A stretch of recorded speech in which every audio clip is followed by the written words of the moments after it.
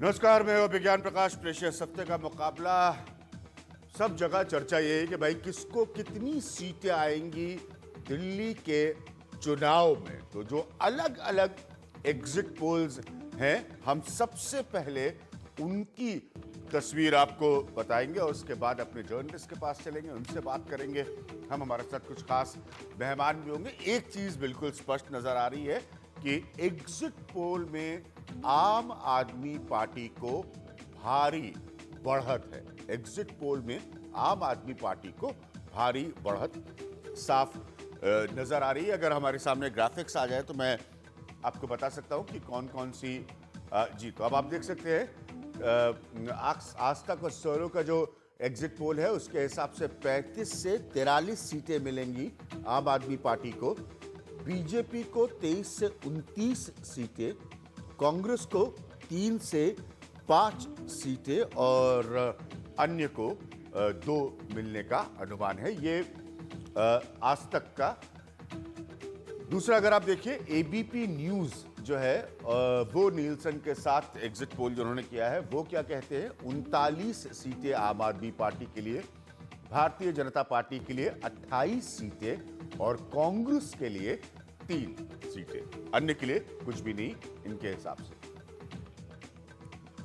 इसके बाद news x और सी वोटर जो है उसके लिए 31 से 39 सीटें आम आदमी पार्टी की, 27 से 35 सीटें भारतीय जनता पार्टी की और कांग्रेस की 2 से 4 सीटें।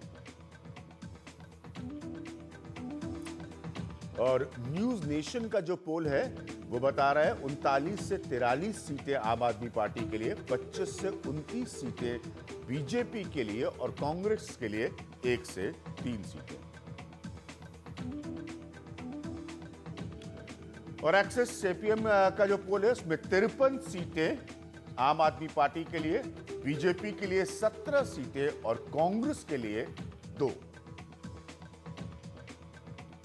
इसके अलावा आप देख सकते हैं टुडेज चाणक्य जो है उसके हिसाब से 48 सीटें 48 जो है वो आम आदमी पार्टी के लिए, बीजेपी के लिए 22 सीटें, कांग्रेस के लिए कोई भी सीट नहीं कांग्रेस के लिए। हालांकि बाकी एग्जिट पोल भी कांग्रेस को 5 सीटों से कम में रखकर आंक रहे हैं। तो बड़ी तस्वीर जो निकल कर आती है वो ये है कि अगर आप इसका पोल ऑफ पोल्स करिए तो उसके हिसाब से 40 सीटें आम आदमी पार्टी की, 27 सीटें भारतीय जनता पार्टी की और कांग्रेस की 3 सीटें। तो ये है तस्वीर एग्जिट पोल की। मेरे साथ अखिलेश है जो भारतीय जनता पार्टी, आप सब जानते हैं अखिलेश भारतीय जनता पार्टी को देखते हैं। उमाशंकर सिंह हैं जो कांग्रेस को बहुत करीब से फॉलो कर रहे हैं। साथ में शरद शर्मा हैं जो हमारे जर्नलिस्ट हैं जो कि आम आदमी पार्टी को फॉलो कर रहे हैं। उसके साथ हमारे साथ होंगे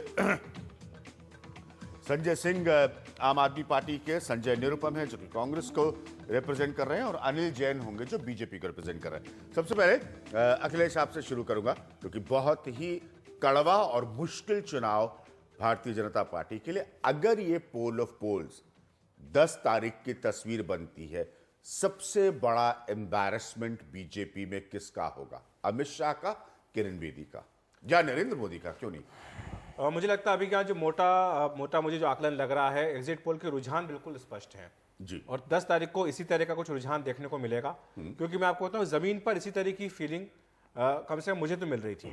बीजेपी के जो नेता हैं उनमें जो नर्वसनेस थी वो बिल्कुल साफ तौर पर दिखाई दे रही। बस आप लोगों को माफी चाहूंगा अखिलेश जी को रोककर।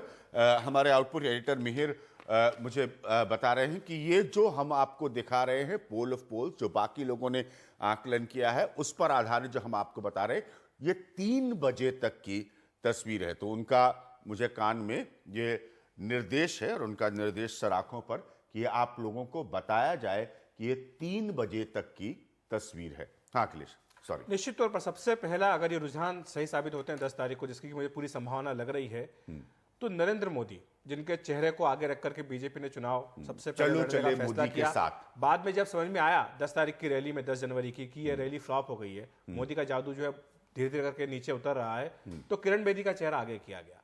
किरण बेदी ने आके एकदम मैदान में कूदी, उनका जो अनुभवहीनता थी वो साफ तौर पर दिखाई दी। उनके जो इंटरव्यूज हुए उससे बीजेपी को एम्बेरसमेंट हुआ, फिर पार्टी को उनको चुप कराना पड़ा। फिर ऐसा लगा कि किरण बेदी दिल्ली की बीजेपी के मुख्यमंत्री पद की उम्मीदवार नहीं है, बल्कि सिर्फ कृष्णानगर में बीजेपी के उम्मीदवार हैं। उनको पूरी तरह से चुप करा दिया गया। उसके बाद सारी कमान पार्टी अध्यक्ष अमित शाह ने अपने हाथ में ले ली। हर चीज का फैसला खुद पार्टी अध्यक्ष अमित शाह करते रहे। कोशिश यही होती रही कि किसी तरह से नरेंद्र मोदी को इससे बचाया जाए, लेकिन जिस तरह से 4 रैलियां उनकी हुई आखिर में, और जिस तरह से वो खुलकर के सामने आए, और जिस तरह से सारे विज्ञापन बीजेपी के आए हैं, सब में बीजेपी ने नरेंद्र मोदी का चेहरा आगे किया है। सबसे बड़ी जिम्मेदारी नरेंद्र मोदी की होगी कि क्या उनका जो जादू है क्या वो नीचे उतरने लगा है। जैसा मैंने उस दिन कहा था कि उनकी रैली में मैंने देखा पहली बार कि लोग उठ के जाने लगे थे। दूसरा जो सबसे बड़ी जिम्मेदारी होगी वो होगी पार्टी अध्यक्ष अमित शाह की, जिनकी कार्यशैली को लेकर के सवाल उठने लगेंगे, क्योंकि बीजेपी के नेताओं में, कार्यकर्ताओं में उनकी कई चीजों को लेकर के बहुत शिकायतें हैं, दिक्कतें हैं। और मुझे लगता है कि आगे जाकर के जो बिहार के चुनाव अभी होने जा रहे हैं उसमें एक बड़ा प्रश्न चिन्ह लग जाएगा उनके नेतृत्व। तो ये 2 लोग आप कह रहे हैं, लेकिन किरण बेदी मुझे नहीं लगता कि उनको किसी भी तरह का, बीजेपी के नेता जरूर कोशिश करेंगे। उन्होंने खुद भी अब से कुछ देर पहले प्रेस कॉन्फ्रेंस की थी। ऐसा कम ही होता है कि एग्जिट पोल के रुझान के ऊपर कोई नेता प्रेस कॉन्फ्रेंस करे और ये कहे कि जिम्मेदारी उनकी होगी। यानी उनकी जो अनुभवहीनता वो बिल्कुल साफ तौर पर दिखाई दे रही है। लेकिन कोशिश बीजेपी की ओर से की जाएगी किरण बेदी के ऊपर डालने की, लेकिन असली जो दोष है किरण बेदी का नहीं होगा, नरेंद्र मोदी और अमित शाह के ऊपर। नरेंद्र मोदी और अमित शाह। उमा, जब राहुल गांधी के हम लोग रोड शोज देख रहे थे, उस दिन आपकी रिपोर्टिंग देख रहा था, आपने उसको कवर किया, कांग्रेस में एक किस्म की उम्मीद जगी थी। फिलहाल तो कोई 0 दे रहा है कांग्रेस को, और 3-4 तो आमूमन आंकड़े अब कांग्रेस के लिए बन रहे हैं, 2-3-4। तो वाकई कांग्रेस के रिवाइवल की कोई स्थिति नहीं है जहां तक दिल्ली का सवाल है। जी देखिए, 15 साल इस पार्टी ने राज किया दिल्ली पर, और 15 सीट के लिए भी तरस रही है, और 15 सीट के लिए तरस रही है। अभी 15 क्या 5 सीट के लिए तरस रही है, अगर ये एग्जिट नहीं, जो उनका अंदर का कैलकुलेशन था वो ये मान के चल रहे हैं कि 15 सीट उनको आएंगी, क्योंकि वो बहुत सारे फैक्टर है, उस पर हम आगे बात करेंगे। अभी बात की आपने ये भीड़ की, और आपने जो सवाल पूछा कि रिवाइवल का, देखो कांग्रेस जो अभी एग्जिट पोल के नतीजे आए हैं वो कोई नए नतीजे नहीं हैं। जिस तरह के सर्वेज पहले से आ रहे थे जिसमें कांग्रेस पार्टी को बिल्कुल रेस से बाहर बताया जा रहा था, उसी का एक लॉजिकल कंक्लूजन है जो इस तरह से अभी एग्जिट पोल में सामने आया है। कांग्रेस का ये कहना है कि मीडिया के इस विरोध के बावजूद, वो विरोध शब्द इस्तेमाल करते हैं, इसके बावजूद हमको 15 सीट आएगी, ये उनका कैलकुलेशन है। उसके पीछे फैक्टर वो ये बताते हैं कि जब आम आदमी पार्टी की पिछली बार सरकार बनी थी तो जो इंटरपर्सनल रिलेशन होता है विधायक का क्षेत्र की जनता के साथ, वो सब खत्म हो गए। वो खत्म इसलिए हो गए कि अगर कोई व्यक्ति जाता है किसी विधायक के पास कि मुझे ये चिट्ठी लिख दीजिए, मुझे ये अस्पताल में काम है, या मुझे बच्चे का दाखिला लेना है, तो क्योंकि एक आदर्शवाद के एक बहुत बड़े नारे के साथ केजरीवाल और उनकी पार्टी जो है वो सत्ता में आई थी, तो वो लोग चिट्ठी नहीं लिखते थे। तो एक छोटे छोटे फैक्टर हैं जो कांग्रेस का कहना है कि इस पे मीडिया का ध्यान नहीं जाता है, हाँ, जो उनकी मदद कर सकते हैं। और उदाहरण जंगपुरा से लेकर तमाम सीटों का वो उदाहरण देते हैं कि कहाँ। दूसरी 2 और बातें थी जिस पे बैंक कर रही थी कांग्रेस, वो तो एक तो ये कि 8 महीने में अगर सेंटर की गवर्नमेंट के खिलाफ जो कोई एंटी इनकम्बेंसी पनपा है उसको इनकैश करें, और दूसरा कि 49 दिन में केजरीवाल जिस तरह के बड़े वादे किए उसके बाद वो चले गए, सत्ता छोड़कर चले गए, तो उस पे लोगों को ये कहा जाए कि देखिए ये जिम्मेदारी से भागने वाला व्यक्ति है और आपको अच्छी सत्ता नहीं दे सकता। लेकिन ये सब कैलकुलेशन के बावजूद कांग्रेस जो है लगता है कि ग्राउंड पे अपनी खोई ज़मीन जो वो पाना चाहती थी, खासतौर पे जो कम आय वाले एरिया हैं, जो कि बस्तियां हैं, वो फिलहाल उसको मिलती नजर नहीं आ रही। हाँ, लेकिन कांग्रेस का उत्साह इस बात से जरूर बढ़ गया कि जो राहुल गांधी की रैली में और रोड शो में जो भीड़ आई और मीडिया में उनको जगह मिला, तो ज्यादा खुशी उनको मीडिया में जगह मिलने की थी। वो भीड़ तो जितनी थी वो तो थी। कोई हैरानी नहीं कि उस भीड़ में हो सकता है कि बीजेपी के समर्थक भी रहे हों। शरद, आम आदमी पार्टी के लिए अगर ये एग्जिट पोल वाकई नतीजों में तब्दील होते तो बहुत बड़ा मैं मानता हूं ये चुनाव होगा, और बहुत बड़ी स्वाभाविक तौर पर अरविंद केजरीवाल और आम आदमी की जी।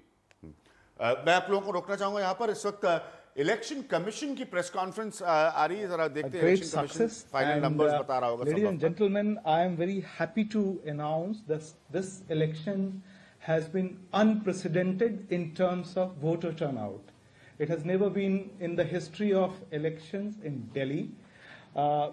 The poll percentage, which still will go a little bit further addition or little bit adjustment, but still it has crossed 67 0.08%. This is only in 2013 we had polling of 65.6% during the poll day, and in that sense, only in 14 months we had this kind of jump with great participation of electors. And thanks to you, our media colleagues, who made this possible also. Another thing which is very important, that in last 2013 assembly election, we had the total number of voters 119 lakhs. So 1 crore 19 lakhs voters were there, and in that sense, the voter turnout in absolute number was around 78 lakhs in that sense. Approximate, I'm just giving you the round number. And this year we had 1 crore 33 lakhs 978 voters, and the percentage gives us the figure of almost 89 lakhs. Could you please repeat the figure last? Can you come again, once again, sir? Okay, I will just repeat for all. Last assembly election, which was in 2013 December, we had the voter turnout in terms of number was approximately 70. तो चुनाव आयोग जो इसने बताया कि तकरीबन 67.08% जो है 67% से ज्यादा प्रतिशत है दिल्ली में मतदान का इस बार। शायद आम आदमी पार्टी में बात कर रहा था, उनके लिए बहुत बड़ा टर्न अराउंड होगा पॉलिटिक्स के तौर पर, उनकी सियासत के तौर पर। क्या ये बड़ा प्रतिशत का जो टर्नआउट है, इसने अंततः आम आदमी पार्टी की ज्यादा मदद की हो सकती है बजाय बीजेपी के? कहना मुश्किल है, क्योंकि आम आदमी पार्टी आज ये भी सोच रही थी कि अगर बहुत ज़्यादा टर्नआउट हो गया तो कहीं ऐसा ना हो कि कहीं ये टर्नआउट बीजेपी को फेवर कर जाए, क्योंकि आम आदमी पार्टी को ये लग रहा था कि हमारा जो वोटर है वो ज़्यादा कमिटेड है और ज़्यादा वोकल है, तो अगर कम वोटिंग भी होती है तो इसका मतलब ये वोटिंग हमारे पक्ष में जाएगी। इसीलिए हमारे साथियों ने नीचे डेस्क से मुझे फोन करके बात कही कि ये जो एग्जिट पोल के आंकड़े हैं ये 3 बजे के बात है। अखिलेश और उमा, क्या इससे कोई बहुत बड़ा फर्क पड़ता है आप लोग रिपोर्टर्स? अब जो एग्जिट पोल के आंकड़े हैं वो 6 बजे तक के आने लगे हैं। ठीक है, वोटिंग टर्नआउट में बिल्कुल सही बात है। मेरा भी आकलन यही था कि अगर वोट प्रतिशत बढ़ता है तो बीजेपी को फायदा होता है। पूरे देश में ये ट्रेंड दिख रहा है। आपने बात मुझसे कही थी, आपसे कही थी, लेकिन मैंने इसमें एक राइडर जोड़ा था। वो ये था कि कांग्रेस का वोट क्या होता है। आप ये देखें कि कांग्रेस 0 से लेकर 4 तक आ रही है। ठीक है, अगर कांग्रेस का वोट 15% से 20% तक जाता है तो निश्चित तौर पर बीजेपी को फायदा होता है, लेकिन अगर कांग्रेस बिल्कुल नीचे जा रही है, इसलिए मैंने चुटकी भी ली कि राहुल गांधी का जो रोड शो था उसमें शायद बीजेपी के समर्थक। शरद, इसके बाद हमारे तीनों पॉलिटिकल गेस्ट हैं, उनके पास चलेंगे। आप तीनों जर्नलिस्ट हैं, तो शरद आपके हिसाब से ये बेहतर वोटर टर्नआउट हो सकता है वाकई आम आदमी के हक में जाए? हो सकता है, लेकिन जो ग्राउंड से हमें जो फीडबैक मिला है आज वो बिल्कुल वैसा ही है जैसा कि चुनाव से पहले का था। जो जैसा कि हम ये देख रहे थे कि एज आम आदमी पार्टी को था, और लगातार, हालांकि हम ये बोल नहीं सकते ये चीजें क्योंकि वोटर को प्रभावित करती हैं, लेकिन ग्राउंड से ये फीडबैक आ रहा था जैसे कि अखिलेश जी बता रहे हैं। और आज भी जिस तरह की पोलिंग हुई है उस तरह का फीडबैक वहां महसूस हुआ है। दोपहर में जिस तरह के ट्वीट्स अरविंद केजरीवाल की तरफ से आए और जिसमें उन्होंने वोटिंग प्रोसेस को स्लो कराने का आरोप लगाया, तो जाहिर सी बात है कि इससे ये साबित होता है कि आम आदमी पार्टी को कहीं ना कहीं उम्मीद थी कि वोटिंग परसेंटेज बढ़ेगा तो उनका ही फायदा है, और वो रोका जा रहा है तो शायद उनके खिलाफ जाएगा। चलिए अब हम लोग आते हैं अपने पॉलिटिकल मेहमानों के पास। संजय सिंह आम आदमी पार्टी के, अनिल जैन भारतीय जनता पार्टी के और संजय निरुपम कांग्रेस के हमारे साथ मौजूद हैं। अनिल जैन, अगर ये 10 तारीख की तस्वीर है तो ये सबसे बड़ा एम्बैरेसमेंट किसका होगा? नरेंद्र मोदी का, अमित शाह का, अखिलेश इस बात को मानते हैं, या किरण बेदी का? अभिज्ञान जी, मैं इस बात से बिल्कुल सहमत नहीं हूं जी। हालांकि ये बात सही है कि जो एग्जिट पोल आते हैं वो ट्रेंड्स दर्शाते हैं, और ये एग्जिट पोल 3 बजे तक के हैं। मैं स्वयं आज बहुत समय बाद पूरे टाइम 3-4 कॉन्स्टिट्यूंसीज में रहा और बूथ टू बूथ रहा, तो जिस तरह का माहौल वहां था और जिस तरह की जो सीट मैंने सैंपल के लिए रखी थी संगम विहार, जो कहीं ना कहीं हमारे इंटरनल सर्वे में और बाकी इसके सर्वे में पीछे सीट दिखाई गई थी। और मैं आज बड़े क्योंकि मैं कोई बहुत प्रेडिक्शन करने वाला आदमी नहीं हूं, लेकिन मैं बड़ी गंभीरता से और बड़े विश्वास से कह सकता हूं कि संगम बिहार सीट हम जीत रहे हैं। तो ऐसे जो एग्जिट पोल का जो किससे सर्वे लिया है और कैसा लिया है, और 3 बजे तक का है, 3 बजे के और 6 बजे के बीच में भी बाकी परिवर्तन हुआ है। लगातार दूसरी बात क्या है कि मैं जो अनुरोध वोटिंग करूंगा परसेंटेज, डॉक्टर जैन, मैं अनुरोध करूंगा अपने साथियों से कि जो बदले हुए आंकड़े हैं वो भी आप लोगों के सामने रखें, क्योंकि आप ये 3 बजे वाली दलील ले रहे हैं। फिलहाल हमारा काम है इसको स्पष्ट करना, लेकिन मैं सबसे रिक्वेस्ट करूंगा कि बाद के आंकड़े भी दिखाए। बाकी तो हम कुछ नहीं कह सकते, सब कुछ 10 तारीख को 12 बजे तक स्पष्ट हो जाएगा। संजय सिंह, क्या आप लोगों का ये कैलकुलेशन था कि बेहतर वोट प्रतिशत यानी कि टर्नआउट के हिसाब से आपको लाभ देगा, बीजेपी को नहीं? निश्चित रूप से, क्योंकि हमको हर वर्ग का समर्थन मिल रहा था। जब हम चुनाव प्रचार में जाते थे तो चाहे मिडिल क्लास हो, चाहे लोअर क्लास हो, चाहे हिंदू हो, चाहे मुसलमान हो, सिख हो, हर क्लास के अंदर हमको समर्थन मिल रहा था। इसीलिए जब वोटिंग स्लो होने लगी तो हमको इस बात की चिंता हुई कि वोट प्रतिशत कैसे बढ़े, लोग कैसे ज्यादा से ज्यादा वोट करें। तो हमारे लिए ये फायदेमंद है कि ज्यादा से ज्यादा वोट पड़ा है, उत्साह के साथ लोगों ने वोट दिया है। दिल्ली में जो बुनियादी मुद्दे थे, बिजली के, पानी के, चिकित्सा के, शिक्षा के, भ्रष्टाचार के, महिलाओं की सुरक्षा के, जो डेली डायलॉग के माध्यम से हम लोगों ने उठाए थे, जो अपने घोषणा पत्र के माध्यम से हमने अपने एजेंडा में शामिल किया था, जो 4 महीने हमारे कार्यकर्ताओं ने घर घर जाके लोगों के साथ संवाद स्थापित किया, मुझे लगता है उसका ये परिणाम है कि इतनी भारी संख्या में लोग सामने आए हैं और 50 से ज्यादा सीटें आम आदमी पार्टी की मिलेंगी, ऐसा अभी अनुमान है। बाकी सही नतीजा तो 10 तारीख को सामने आ जाएगा।